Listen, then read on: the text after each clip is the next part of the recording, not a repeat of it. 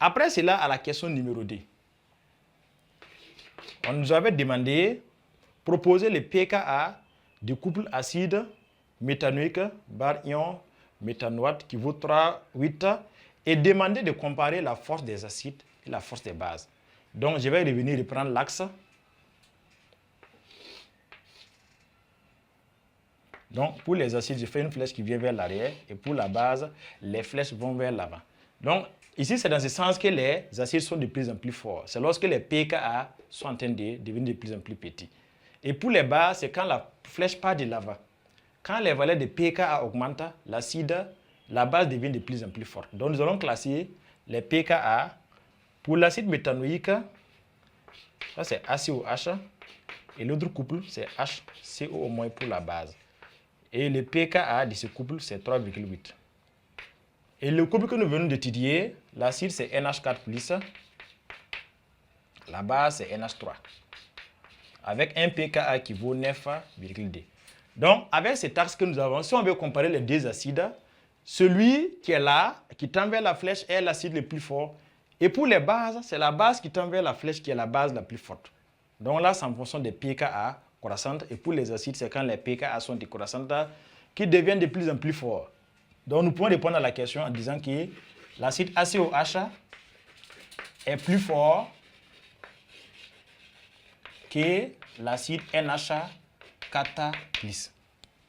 Pour les bases, c'est pareil.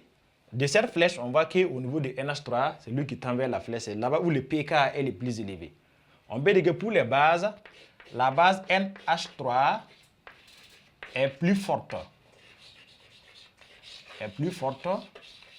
Que HCOO-. Donc, voilà qui met ainsi fin à cet exercice où il fallait calculer la constante d'acidité, le pKa et ainsi que comparer des couples acides-bases en comparant les acides d'une part et les bases d'autre part. On rappelle les critères de comparaison utilisés ici, c'est la notion de pKa. Si les pKa sont petits, les acides sont de plus en plus forts. Mais quand les pKa sont en train d'augmenter, ce sont les bases qui deviennent de plus en plus fortes.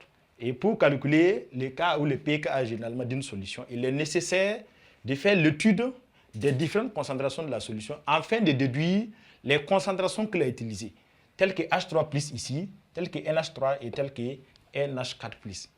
Donc, après cet exercice, nous allons passer maintenant à l'exercice numéro 2 où nous allons découvrir maintenant là-bas les solutions tampons ou comment trouver les pH qui délimitent sa zone de virage précisément.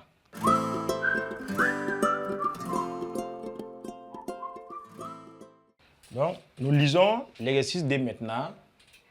Exercice D, on verse dans une solution de pH égale à 2,4 quelques gouttes d'indicateur coloré H-in.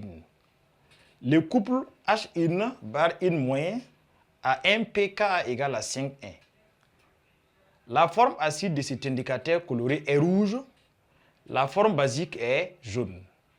Une solution contenant quelques gouttes de cet indicateur coloré apparaît rouge si H-in est supérieur à 10 in- et jaune si in- est supérieur à 10 fois H-in.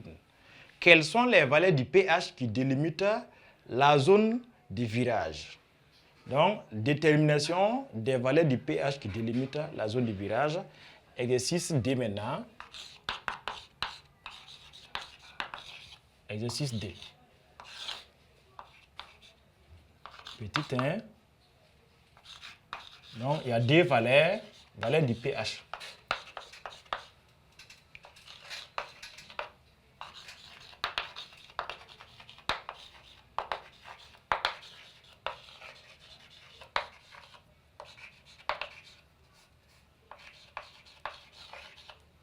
Donc, pour avoir ces valeurs du pH, nous allons procéder comme ce qu'on a vu de l'autre côté, en comparant d'abord les acides et les bases du couple. Et on va à la fin trouver une relation qui va lier le pH au pKa. Donc, nous allons faire la démarche directement sur la page. Premièrement, on nous a dit, pour une solution, la solution paraît rouge si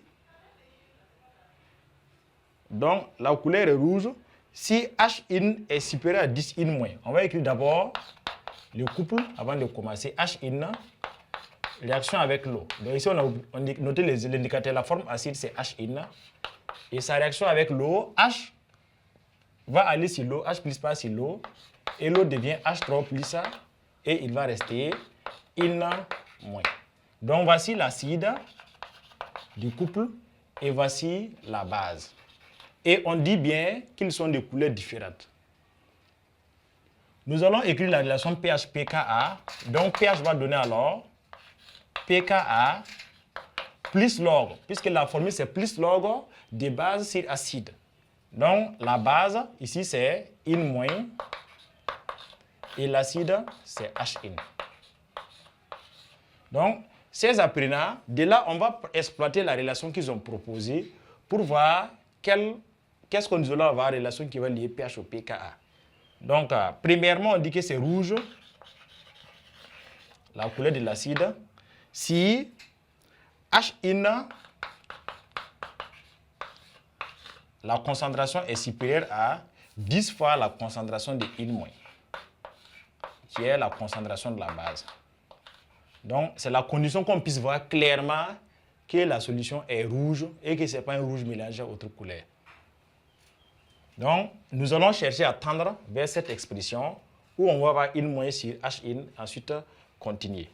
Donc, on va tout de suite chercher les rapports en envoyant in- de l'autre côté. Donc, H-in sur la concentration de in- sera supérieure à 10. De là, on va inverser. C'est comme ce qu'on appelle le code. On va inverser ici. L'inversion va nous donner alors in- monte en haut, H-in vient en bas